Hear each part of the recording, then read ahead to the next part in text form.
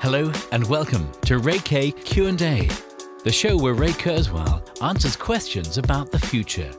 This week's question, do you believe in God? I believe that the ultimate spiritual value is consciousness. Now, in some spiritual traditions, it's called a soul. And I think that's what people mean by a soul, is an entity that's conscious. So you might think there's a big distinction or disparity between atheists who don't believe in God and people who have more traditional religious beliefs.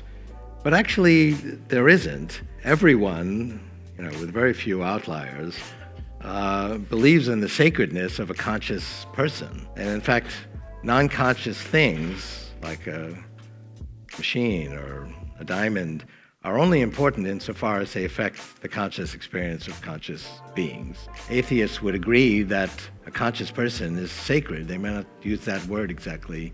And the impact that different acts and actions and lack of action have on conscious experience. And so to extinguish someone's consciousness is a high crime. Causing pain and suffering, like assaulting someone, is also a crime, maybe not as serious as extinguishing someone's consciousness, but basically our morality is based on consciousness. Some scientists say, well, consciousness is not really a scientific property. There's no falsifiable experiment you can run that would definitively prove that this entity is conscious and this one isn't. There's no machine you could build. You slide an entity in and a green light goes on if it's conscious and a red light goes on if it's not. You could build a machine like that, but it would have philosophical assumptions built into it. So John Searle at Berkeley would want to make sure it's squirting biological neurotransmitters, and if it wasn't, the red light would go on. And Dan Dennett at Tufts, who's a leading AI philosopher, would want to make sure that the entity had some model of its own thinking process, and that would be, if it did that, then maybe the green light would go on and it would say it's conscious. So some scientists say, well, it's just an illusion. We shouldn't waste time with it.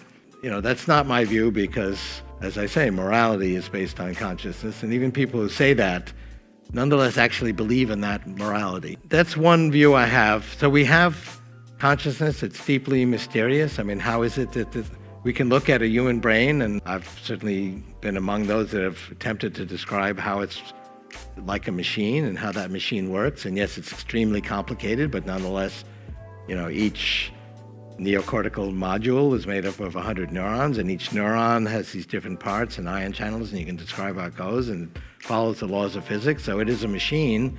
Nothing mystical about, a neuron, and out of that comes a conscious entity. It's kind of a miracle. So I do believe in miracles. I think that's a spiritual property, and the fact that consciousness came into being is a deeply mysterious spiritual kind of revelation. So that's one attitude I have towards spirituality. Another one is, how is God described in these different traditions? There's actually a common set of attributes that God has in all of these different religious traditions.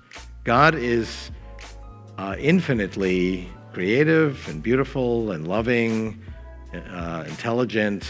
So what happens to entities as they evolve? We became more intelligent. We became more capable of higher level emotions. So we became more loving. We became more creative.